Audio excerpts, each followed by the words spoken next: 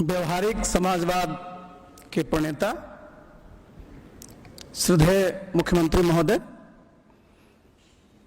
Party के राष्ट्रीय अध्यक्ष आदरणीय ललन बाबू, मंच पर बैठे हुए सभी पार्टी के वरीय नेतागण, राष्ट्रीय परिषद के सभी उपस्थित साथियों, अभी त्यागी जी ने काफी आप लोगों में ऊर्जा संचारित किया है, लेकिन मैं हंसते हुए उनके दो बातों से थोड़ा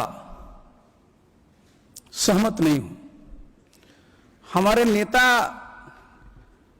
को उन्होंने कहा कि सीएन अन्नादुरई के समकक्ष त्यागी जी 1924 में उनका जस्टिस मूवमेंट चला था।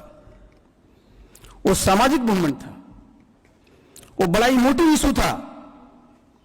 हमारे नेता ने जो परिवर्तन किया है वो सिर्फ सामाजिक नहीं है, उससे भी आगे बढ़ करके है, और किया है सत्ता में रह करके किया है। इसलिए हमारे नेता को आप आगे जब पीढ़ी आएगी ना तब एसेस करेगी कि हमारे नेता के समकक्ष कौन था। अभी हमारे नेता की बाउंड्री को अब छोटा मत करिए। दूसरी बात आपने कहा कि वोट मिले या ना मिले हम राजनीति करते रहें। लोहिया जी की हम लोग सब चर्चा करते हैं। लोहिया जी क्या कहें कि हम राजनीति करें, सत्ता के लिए करें, तब हम परिवर्तन लाएंगे समाज में। सभी साथियों ने कहा कि मुद्दे बहुत अच्छे हैं सब, और हम कह रहे हैं 50 आदमी बैठ करके धरना दे। क्यों ऐसा बोलते हैं? जरा सामने देखिए। अभी भाई एक पार्टी आज सरकार में है, उसकी स्थापना कब हुई? उनका जो मेन थिंक टैंक है 1925 में, 2014 में सरकार बन गई 90 साल में। आप कांग्रेस सोशलिस्ट पार्टी यही पटना में कब हुई? 1934 में। मात्र 9 साल पीछे हम लोग कहां हैं? क्यों? क्योंकि हम लोग सिर्फ मुद्दों पर रहे, व्यक्ति पर रहे, संगठन पर ध्यान ही नहीं दिया। और आज राष्ट्रीय परिषद की बैठक है, हम लोगों को ध्यान देना है संगठन पर। ललन बाबू हमारे राष्ट्रीय अध्यक्ष बने हैं। ललन बाबू की ताकत कब बढ़ेगी? जब हमारा बूथ अध्यक्ष मजबूत होगा। हम कहीं धरने पर 5 दिन बैठ जाएंगे, उससे कुछ नहीं होने को है। अखबार में सुर्खियां हो जाएगी, छप जाएंगे, लेकिन हमारी ताकत नहीं बढ़ेगी। इसलिए हम लोगों का सबसे पहला, जितने हमारे साथी यहां बैठे हुए हैं सब संगठन के साथी हैं, और संगठन के लिए जरूरी है कि संगठन की जो सबसे अंतिम कड़ी है वो है बूथ, उस पर हम मजबूत हों। और जब बूथ पर मजबूत होंगे, बूथ जीतेंगे, त्यागी जी हम लोग चुनाव जीतेंगे, सरकार बनाएंगे, और आप जो सपना देखते हैं उसको पूरा करेंगे। इसलिए हम लोगों को सीधा सीधा बूथ पर चलना है। और हम लोगों ने बिहार में किया, ठीक बात है कि हम जितना चाहते हैं उतना नहीं हुआ है, लेकिन जितने हमारे साथी हैं सभी प्रदेशों के, और सबकी इच्छा है, और हमारे नेता की ये चाहत है कि हमारी पार्टी भी राष्ट्रीय पार्टी बने। तो कैसे संभव होगा? कम से कम 4 प्रदेशों में आपको मान्यता प्राप्त करनी पड़ेगी। तो सिर्फ धरना देने से काम नहीं चलेगा ना, संगठन पर फोकस करना पड़ेगा। जहां आप अपनी मान्यता प्राप्त करना चाहते हैं वहां बूथ तक अपनी पार्टी को मजबूत करना पड़ेगा। पूरे प्रदेश में ना कर पाए, लेकिन कम से कम मिनिमम जितना रिक्वायरमेंट है उस पर तो ध्यान दीजिएगा। अभी सामने चुनाव है, मणिपुर के हमारे साथी बोल रहे थे, बड़ी अच्छी बात कह रहे थे, बहुत प्रैक्टिकल बात कह रहे थे। कम से कम 3 सीट जीत जाते हैं, हमारी मान्यता वहां हो जाती है। आप जानते हैं 3% मिनिमम, मतलब 100 से नीचे जहां भी है। तो हमको यह देखना है कि मणिपुर में कम से कम हम 3 सीट कैसे जीते, जिसे कि आज हमारी मान्यता है बिहार में और अरुणाचल में, तो हमारी मणिपुर में भी हो जाए। हमारे पंजाब के साथी टेडी जी बोल रहे थे, वहां भी 100 से कम सीट है। हमको यह देखना है वहां टेडी जी कि कैसे कम से कम हम 3 सीट जीते, और आप अगर जीत जाइएगा तो हमारे नेता का जो सपना है कि जनता दल यू राष्ट्रीय पार्टी बन जाए, वो बन जाए। झारखंड में चुनाव अभी तुरंत नहीं है, लेकिन झारखंड और बिहार दोनों साथ रहा है, साथ पार्टी रही है, और झारखंड में असीम संभावनाएं। तो हम तो सबसे पहले चाहेंगे कि भाई जो बिहार में हमारा संगठन है उसी प्रकार का संगठन हम झारखंड में करें, और आगे आने वाले समय में झारखंड में हमारी ऐसी ताकत होनी चाहिए, आप जानते पहले भी थी, और काहे नहीं होगा, लेकिन हम लोग को थोड़ा डीसीसी होना पड़ेगा, हम लोग को निर्णय लेना पड़ेगा। कोरोना के चलते थोड़ा प्रभाव हुआ है, कोरोना के चलते हम लोग कई जगह निर्णय लेना चाहते थे, नहीं ले पाए, क्योंकि नहीं जा सके थे। लेकिन झारखंड, वहां भी असीम संभावना है। बगल में चुनाव उत्तर प्रदेश में है, वहां भी हमको 13 एमएलए चाहिए। हमको बिल्कुल फोकस्ड काम करना है कि कैसे हमको 13 एमएलए वहां जिताना है।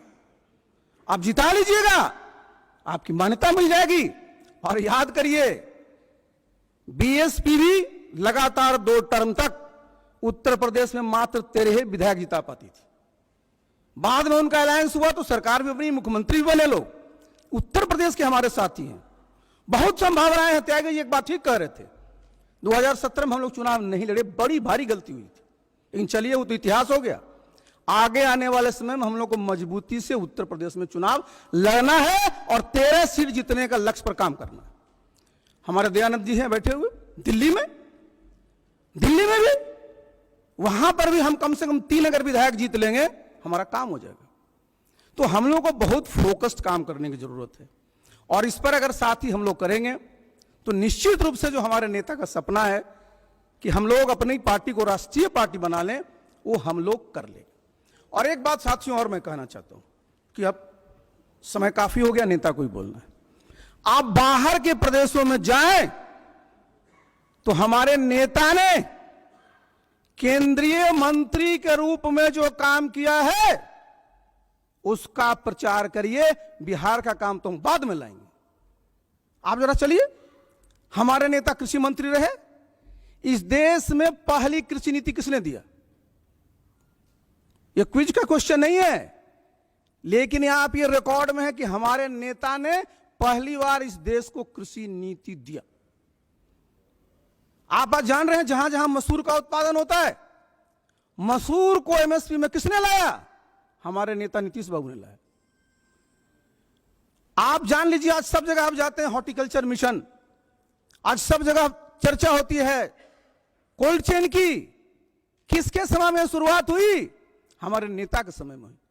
और साथियों, जितने प्रदेश के साथी हैं, मैं संपर्क में रहूंगा, मैं आपको पूरा डिटेल उसका दे दूंगा, जिसे कि आप बात करिएगा तो वहां के लोग कहेंगे कि नीतीश बाबू जब मंत्री थे तो यहां ये काम हुआ है। और रेलवे में तो कोई इलाका ही नहीं बचा। आप जरा सोचिए, कितने गर्व की बात है। हम लोग को इसको सेलिब्रेट करना चाहिए। हमारे नेता को एक क्रेडिट जाता है कि जिस देश में 9 जोन था, एक दस्तखत से 16 जोन बना दिया। साधारण उपलब्धि है। 7 नए जोन का निर्माण हाजीपुर, एक बता रहा हूं, पूरे देश में है। जहां जाइए कई डिवीजन बनाए, और रेलवे लाइन एक से एक। अभी मैं जिस मंत्रालय में हूं, मैं जहां जाता हूं, सेल के लोग अपने नेता के प्रति आभारी हैं। सब बोलता है कि साहब, जो 2003 में एमओयू हुआ था, उसी के चलते जो है सेल की जान बची है। और कराया किसने था? हमारे नेता ने कराया था। रेलवे में जो काम हुआ, आप चलिए सरफेस ट्रांसपोर्ट में हमारे नेता रहे। आज आए नहीं हमारे लक्षद्वीप के हमारे साथी, आज भी जाइए लक्षद्वीप में, वो जहाज किसके समय में खरीदा गया था? हमारे नेता के समय में वो जहाज खरीदाया था। एक नहीं 5-5 जहाज खरीदे थे। ये सब हमारे नेता ने वहां किया। सरफेस ट्रांसपोर्ट में आप देखते हैं आज सड़कों का जाल बन रहा है, पूरा का पूरा कॉरिडोर बन रहा है। किसके समय में पहला टेंडर हुआ? किसके समय में काम शुरू हुआ? हमारे नेता के समय में हुआ। आप एग्रीकल्चर की हमने चर्चा की, लोग बोलेंगे मखाना का बिहार में किया, लीची का बिहार में किया, लेकिन हमारे नेता ने महाराष्ट्र में भी अंगूर का भी किया तो अनार का भी किया, बहुत सारी चीजें। तो मैं दूंगा आप लोगों को, और जहां जहां चुनाव है साथियों, पूरी मजबूती से जो मैंने बोला है कि हमको उसमें मान्यता प्राप्त करनी है, उसके लिए काम करना है। केंद्रीय मंत्री के रूप में हमारे नेता ने जो काम किया उसको बताना है, और फिर बिहार में तो जो काम है उसके लिए तो कुछ कहने की जरूरत ही नहीं। तो साथियों, नेता को बोलना है, मैं अपनी बात समाप्त करता हूं, लेकिन मैं इतना जरूर आपसे अनुरोध करूंगा कि आपका भी हमारा क्या दायित्व है कि संगठन को मजबूत करना है। और संगठन कब मजबूत होगा? जब हमारा कार्यकर्ता जागृत होगा, प्रशिक्षित होगा, और उसका मनोबल जो है ऊंचा रहेगा, उसका आत्मबल ऊंचा रहेगा। तो ये हमारे ऊपर, आपके ऊपर निर्भर करता है। और इसको हम लोग जब करेंगे तो निश्चित रूप से जो हमारे नेता ने का सपना है कि हम लोग इस पार्टी को राष्ट्रीय पार्टी बनाएं, इसमें कामयाब होंगे। बहुत बहुत धन्यवाद।